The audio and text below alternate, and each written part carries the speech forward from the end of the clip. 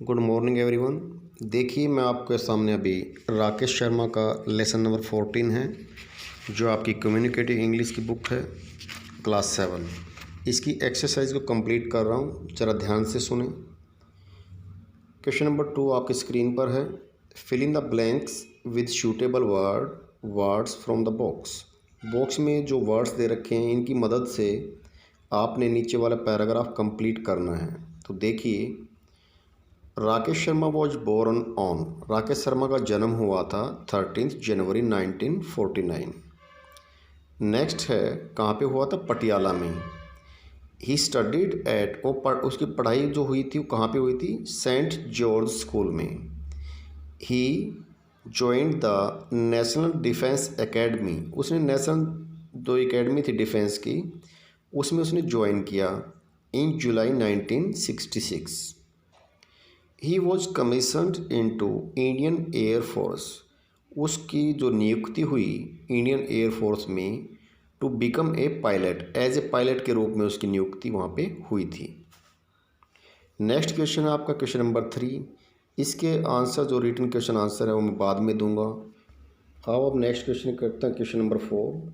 ये देखिए ईयर दिए हुए इसमें, तो किस ईयर में राकेश शर्मा ने क्या किया उसके बारे में बताना है। तो 1949 में राकेश शर्मा वॉज बोर्न, उसका जन्म हुआ था।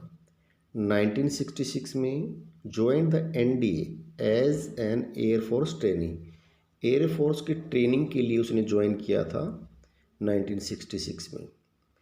1970 में was commissioned into the IAF, IAF का मतलब होता है Indian air force, to become a pilot, वह चुन लिया गया था इंडियन एयरफोर्स में पायलट के रूप में 1970 में। और 1971 में became a part of the war operations against Pakistan, Pakistan के विरुद्ध जब लड़ाई हो रही थी, युद्ध छिड़ा हुआ था, उसमें इसने हिस्सा लिया था। 1982 में क्या हुआ था? वो selected to become a cosmonaut, cosmonaut होता है एस्ट्रोनॉट, मीन्स अंतरिक्ष यान में जो अंतरिक्ष यात्री होते हैं दूसरे ग्रह पर जाने के लिए, उसमें उसको चुनाव किया गया था। नेक्स्ट 1984, उसमें क्या हुआ था?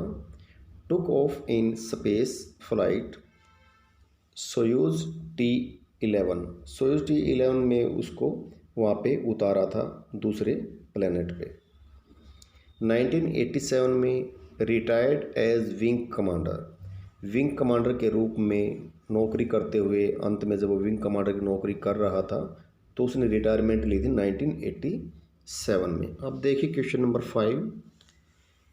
Find out what the following terms mean, नीचे जो टर्म लिखी हुई इनका क्या मतलब है ये बताना है। स्क्वाड्रन लीडर क्या होता है? A rank of an officer in the Air Force, ये एयर फोर्स में एक रैंक होता है ऑफिसर का। बी है टेस्ट पायलट, ये क्या होता है? A pilot who flies an aircraft to test its performance, performance कैसी है कैसे नहीं, एयरक्राफ्ट जो होता है उसको चेक करने का काम होता है, ये कैसा पायलट होता है, टेस्ट पायलट। कॉस्मोनॉट क्या होता है? ये एस्ट्रोनॉट होता है जो ऊपर आ चुका है, मैंने पहले ही बताया था। अंतरिक्ष यात्री, अंतरिक्ष में जाने वाले जो एस्ट्रोनॉट होते हैं उनको कहते हैं। विंग कमांडर जो होता है N officer in the air force, air force में जो एक ऑफिसर होता है, एक पद होता है, उसको विंग कमांडर का पद मिलता है, एक बड़ा काफ़ी ऊंचा पद होता है विंग कमांडर का। फिर है आपका question number 6। Find out words from the lesson that mean, lesson से आपने वर्ड निकालना है, मीनिंग निकालना है इसका। जैसे जील, जील मीन्स पैसन होता है, किस चीज़ का चाव। बी है devoted to a task, dedicated, किसी काम के प्रति समर्पित हो जाना। अब देखिए नेक्स्ट पेज पर सी, वेरी क्विकली का मीनिंग रहेगा स्विफ्टली, बहुत जल्दी से। वेरी ऑनरेबल मीन्स बोलेंगे प्रेस्टिजियस, प्रेस्टिजियस PRESTIGIOUS। ई है रिजिडली, सेवर और हार्श डिसिप्लिन जो बोलते हैं इसको रिजोर्स बोलते हैं, बहुत ही प्रताड़ना होती है। रिजोर्स को होता है ना घिनौना, बहुत ही कठोर, उसको बोलते हैं रिजोर्स। अब है आपका question number 7। From the lesson pick out adjectives to complete the word web, नीचे वर्ड वेब है, इसको कंप्लीट करने के लिए आपने लेसन में से एडजेक्टिव निकालनी है। डेडिकेटेड अब राकेश शर्मा लिख दिया इन्होंने। फिर राइट हैंड साइड को जैसे क्या आएगा, पैसन फॉर फ्लाइंग, उसको क्या था, उड़ाने का, जो पायलट बनने का एक चाव था, उड़ने का शौक था, पैसन फॉर फ्लाइंग। और लेफ्ट वाले में लिख दो बॉक्स में डिटर्मिनेशन, और दृढ़ संकल्प था किसी भी चीज़ के प्रति, तो ये इसकी एडजेक्टिव है। नेक्स्ट क्वेश्चन देखिए, question number 9। Tick right the prepositions which can be used without with the given words। नीचे कुछ वर्ड्स दे रखे हैं, इनमें आपने राइट टिक करना है कौन कौन सी प्रीपोजिशन इनके साथ में लगती है। देखिए वर्ड्स जो नीचे दिए, लाफ, लाफ के साथ में कौन सी पोजीशन लगेगी, प्रीपोजिशन विद लगता है, एट लगता है, इसमें राइट टिक करते जाइए, देख रहे हो स्क्रीन पे, ऑन लगेगा, और लगेगा, और फ्रॉम लगेगा।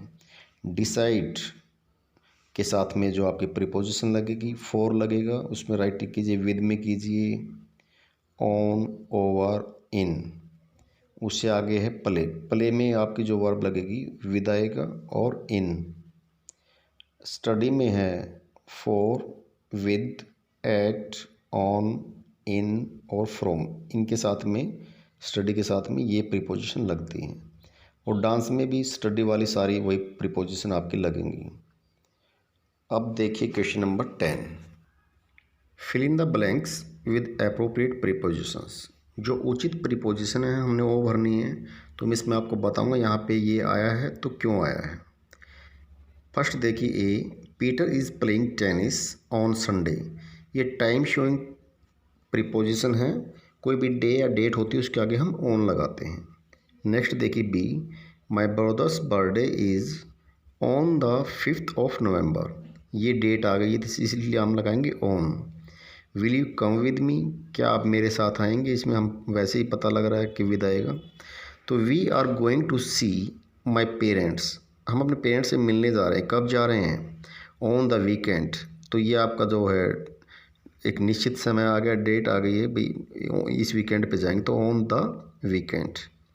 आई don't like walking alone in the streets at night, रात के समय, तो एट नाइट आएगा, राइट टाइम के लिए एट लगाते हैं।